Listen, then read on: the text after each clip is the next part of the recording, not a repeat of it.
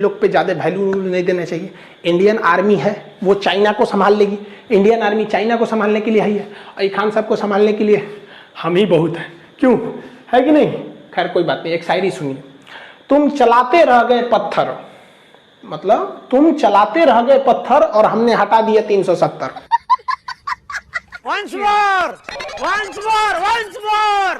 पत्थर पीस कर कभी मैदा नहीं हुआ और हमसे कश्मीर छीन ले ऐसा कोई पैदा नहीं हुआ।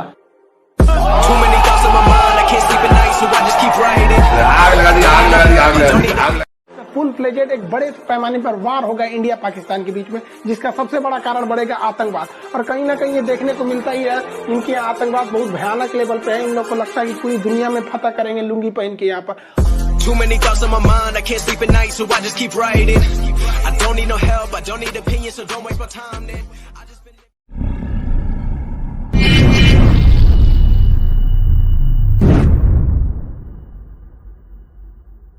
ये है हमारे आंटी।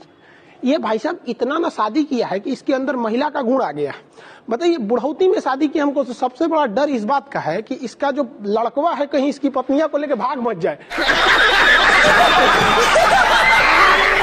यार ये तारीफ लायक था यार, ये अच्छा था।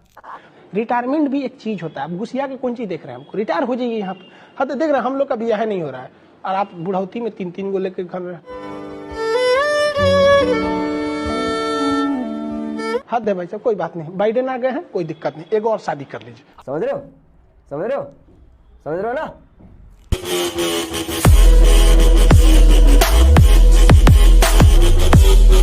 पाकिस्तान ने खुद अपने पैर पे लाड़ी मार लिया और पाकिस्तान के लोग को हमारी बात बुरा लगता है। कुछ तो हिंदुस्तान के लोग को हमारी बात बुरी लग जाती है कि अरे बाल है। आपको बुरा लगता है तो लगे, क्योंकि हमको अपना देश पसंद है और बेबी को बेस पसंद है।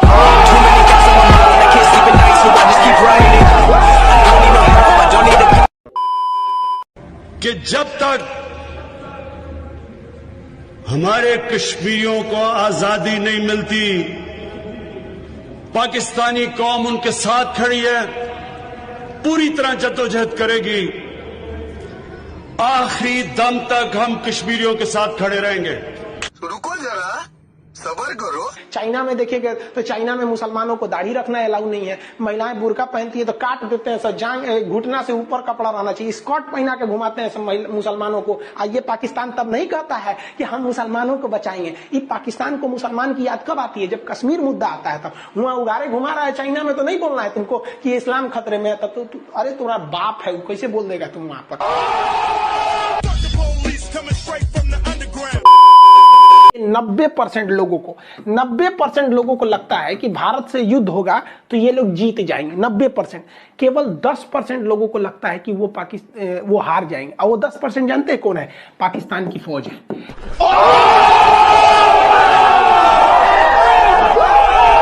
बस इनके फौज को ही लगता है कि ये लड़ाई में हार जाएंगे। बाकी इनकी जनता तो दूसरी दुनिया में जीत रही है। इन्हें लगता है गजवाए हिंद, हिंदुस्तान कोई बर्थडे का केक है, आएंगे काट के चल जाएंगे। गजवाए हिंद, अरे इतना थूरेंगे लोग ना तोरा पाकिस्तान को कि हम लोग पूरा पाकिस्तान को भगवाए हिंद करके रख, गजवाए हिंद करने चले। अरे यार तुमको कौन समझाए कि इतना सपना दिन में मत देखा करो। और हिजड़े कितना भी सपना देखे ना, हिजड़े कभी बाप नहीं बन सकते।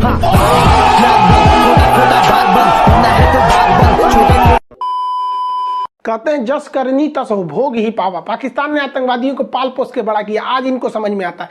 इन आतंकवादी पाकिस्तान के लिए खतरा बन गया। हाँ खैर, अल्लाह इन आतंकवादियों पर रहम करे, क्योंकि हमारी इंडियन आर्मी तो इन्हें रहम करने वाली है नहीं। इन लोग को लगता है कि ये किसी मासूम को बम फोड़ के मार देंगे, किसी होटल में ट्रेन में बम फोड़ देंगे तो इन्हें अल्लाह माफ करेगा और जन्नत देगा। देखिए, आतंकवादियों को माफ करना या ना करना ये अल्लाह का काम है, लेकिन आतंकवादियों को अल्लाह तक पहुंचा देना ये हमारी इंडियन आर्मी का काम है।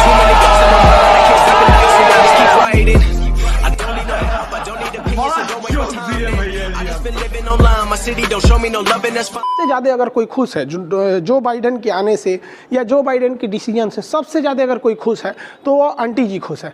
आंटी जी के खुशी का कोई ठिकान नहीं है। आप भी मिलिएगा हमारी आंटी जी से। सुनिए, देखिए, ये है हमारी आंटी जी। इनको कौन समझाए भाई साहब, ENT जी को बहुत खुश है, इनको लग रहा है जैसे अब इनका देश GDP में सबसे आगे जाएगा।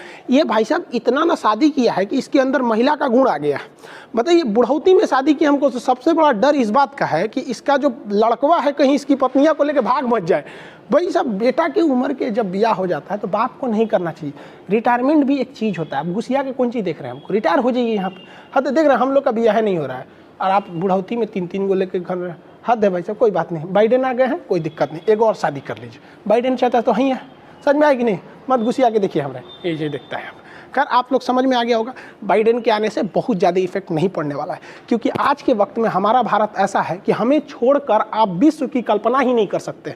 हर जगह वो एक अहम भूमिका को निभाएगा। लेकिन हाँ, जब भी सरकार चेंज होती है तो कुछ ना कुछ चेंजिंग देखने को मिलती है। आई होप चाचा आप भी समझे होंगे हमारी बातों को। $40 बिलियन है तो हम लोग के पास 605, तो वो $45 बिलियन में अगर वो चाइना के डेट ट्राउट को काउंटर कर सकता है तो 605 बिलियन में हम क्यों नहीं कर सकते हैं। बस हमें इनिशिएटिव लेने की जरूरत है। चाइना से ज़्यादा सॉफ्ट नीति अपनाएंगे तो दिक्कत हो जाएगा।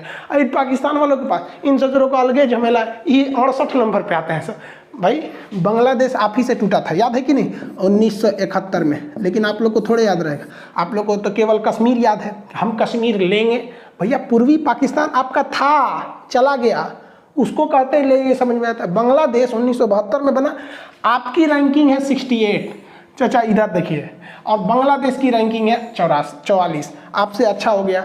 बताइए बांग्लादेश के पास $45 बिलियन है और पाकिस्तान के पास $16 बिलियन। हम लोग से यह 37 गुना पीछे है, लेकिन फिर भी परमाणु बम मारेगा हम लोग के ऊपर, परमाणु बम चलाएंगे, ये चलाएंगे। 37 गुना पीछे है भैया, यहाँ देखो इसे, यह 37 गुना, यहाँ देखो, यहाँ पे इतना पीछे है। एक्चुअली पाकिस्तान को बर्बाद करने के लिए सबसे बड़ा काम किया चाइना ने। चाइना को आना था हिंद महासागर में भारत को छोड़ते हुए, तो यहाँ से उसने एक सड़क बनाया, CPEC, China Pakistan economic corridor. अंधाधुन पैसा लगा इस सड़क को बनाने में, और इसको कहा गया कि इस सड़क के दोनों ओर इकोनॉमिक कॉरिडोर बनाया जाएगा, 10,000 फैक्ट्रियाँ लगेंगी। ये हमारे चाचा को समझ में आया नहीं, फिसल गए वहाँ पे।